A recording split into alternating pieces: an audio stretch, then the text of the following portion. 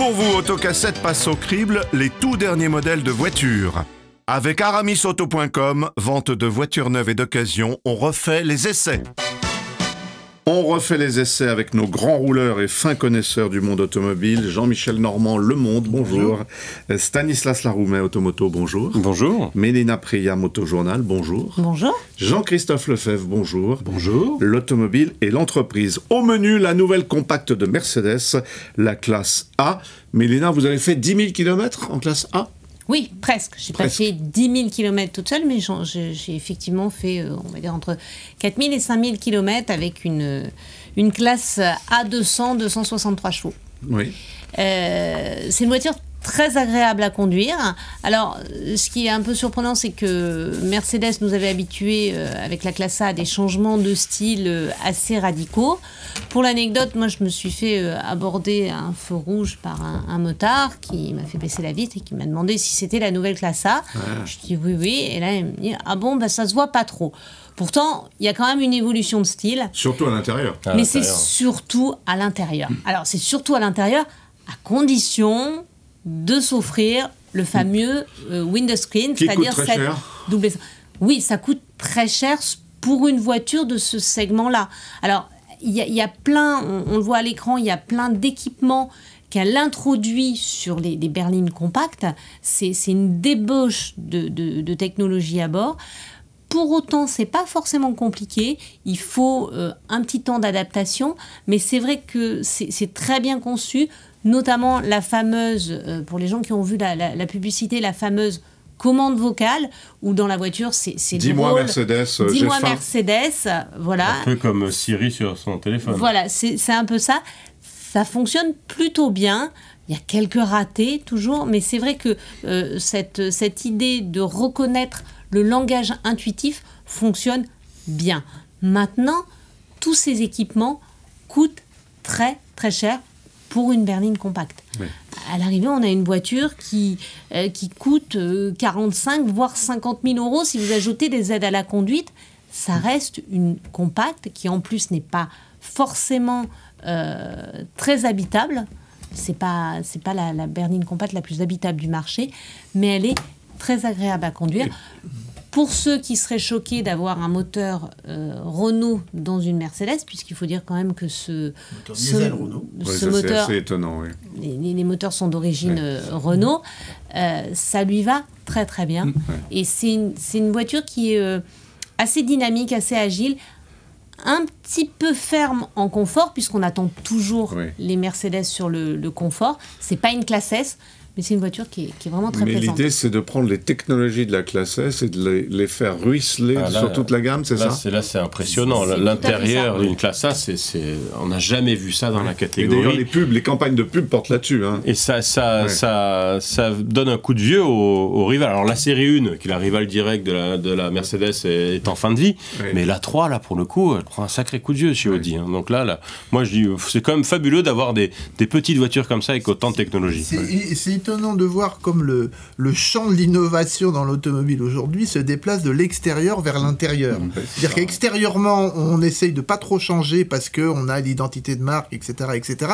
Et puis l'innovation se fait de plus en plus à l'intérieur. Le smartphone roulant, exactement, voilà. Mais aussi en style et en technologie. Jean-Christophe. Oui, alors, donc, précision, il y a un pack à 1 750 € qui permet d'avoir ce que tu décrivais. C'est-à-dire le tableau de bord que nous venons de voir à l'image. numérique. Donc, c'est vrai que c'est cher pour le segment, hein, quand même. Hein.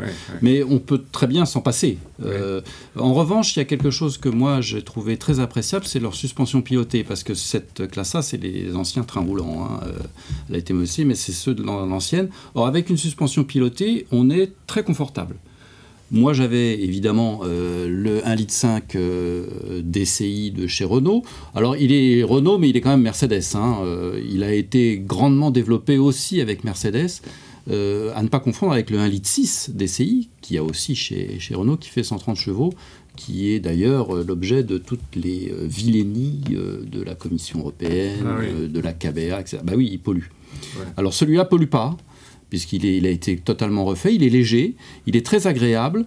Et moi, le seul défaut que je lui ai trouvé, c'est que sur autoroute, il est envahissant. Mais ça, c'est valable pour tous les. Et si on s'attarde sur les moteurs, c'est une collaboration qui va durer oui, qui est amenée à s'élargir. Et qui est amenée à s'élargir. Qui porte sur le diesel, sur l'essence. Le 1300, le nouveau 1300. Moi, c'était le 1300 turbo essence. C'est un moteur que l'on a sur les Mégane. Qui arrive, qui est introduit sur les Mégane. Qui est pas mal d'ailleurs. Mais qui est très très bien. Ouais. Donc en résumé, Mélina, quand on a fait 10 000 km ou à peu près dans cette voiture, quelles sont les critiques que l'on peut faire? Son prix. Son prix, ça reste une auto qui est chère pour... voilà, c'est une Mercedes. C'est vrai qu'après, on a une très belle qualité de fabrication quand même à bord. C'est vrai qu'il y a quelques années, la Classe A était critiquée pour sa qualité. Là, c'est tout à fait luxueux et raffiné. Mais le prix, c'est vrai que le prix de base est à 32 900 avec la A200, 32 200 sur le diesel à 180. Mais Jean-Christophe disait, c'est vrai qu'on peut se passer de plein d'équipements, mais aujourd'hui, c'est aussi ce qui fait le sel et le charme de cette voiture. Si vous prenez une Classe A, que vous n'avez pas le windscreen, déjà, je dirais que dans 5 ans, 6 ans, quand vous allez vouloir la revendre, vous allez avoir plus de mal parce que les gens attendent aussi maintenant les voitures sur cette question-là. En entreprise, ça va aller très bien puisque effectivement la série 1 est en fin de vie et l'Audi A3 prend un gros coup de vieux. Donc évidemment, ils vont tous signer ça. En moyenne, elle a augmenté de 2 000 € par rapport à l'ancienne. Alors, elle est plus grande. Elle a effectivement un intérieur qui n'a rien à voir. Elle a des technologies modernes. Elle a de nouveaux moteurs. Je veux dire que là, en l'occurrence, en diesel, mais aussi en essence, ça élimine la concurrence. C'est vraiment... moi, pas très Mercedes en général. J'ai été assez content. J'ai fait plusieurs centaines de kilomètres aussi et vraiment, moi, j'ai trouvé ça très très bien. Non, et puis c'est le démarrage. On peut faire confiance à Mercedes pour étoffer la gamme avec des turbulentes versions AMG, etc. Et ils savent pour le coup très très très bien faire ça. À quel prix ? Peu importe, puisque de toute façon, ça fait de l'image. Ils ont l'image qui permet de vendre ces voitures-là dans le monde entier. Et tant mieux pour eux. Le prix s'oublie, la qualité reste, monsieur. Exact. Oui, Jean-Christophe. Oui, un dernier point. Pourquoi ça va fonctionner ? Ce sont des voitures, ces berlines compactes, qui, par rapport à des SUV, sont nettement moins consommateurs et voraces. C'est-à-dire qu'on a réellement là des WLTP, on n'a pas encore parlé de ce sujet-là, mais les écarts entre anciens modèles et nouveaux modèles sont quasiment réduits à 0, alors que sur le SUV, on aura 10-20% d'augmentation.